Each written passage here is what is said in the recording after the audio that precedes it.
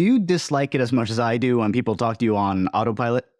You know what I mean, right? The standard questions and answers that everyone asks everyone, where both the questions and answers are so familiar to us that we don't even have to think about them. They just kind of pop out of our head without any real meaning or point to them, maybe other than to fill the silence.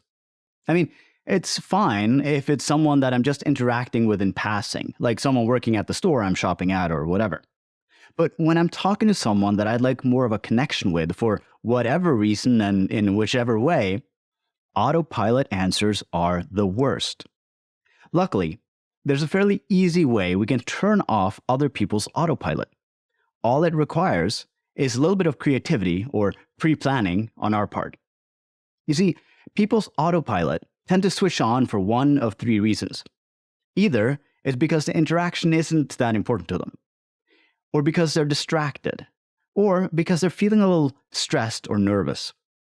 In those situations, the autopilot can free up mental resources for them that they can use to let their minds wander, focus on that distraction, or feel a little more safe and secure by creating a very familiar and boring conversation.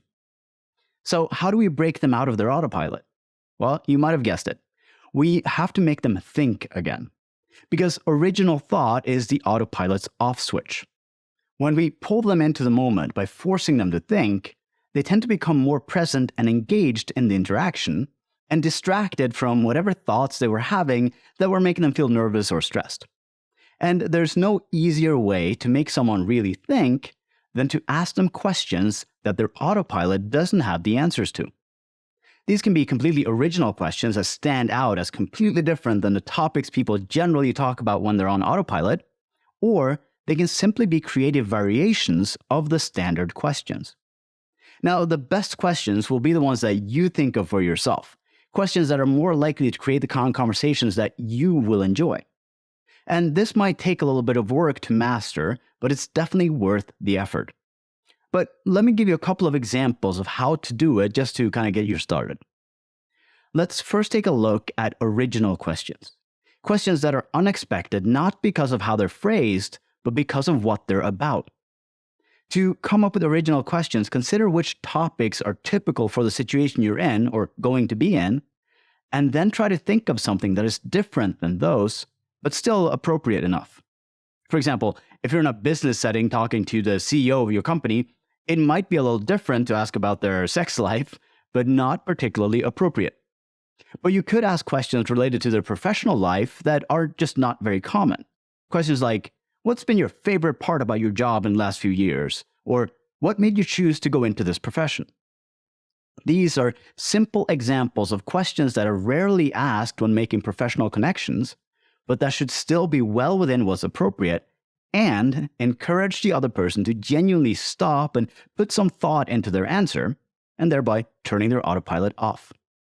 Then there are the questions that are still about familiar topics, but that are phrased in such a way that it makes them sound new or that focus them in a way that forces people to actually think about what to answer.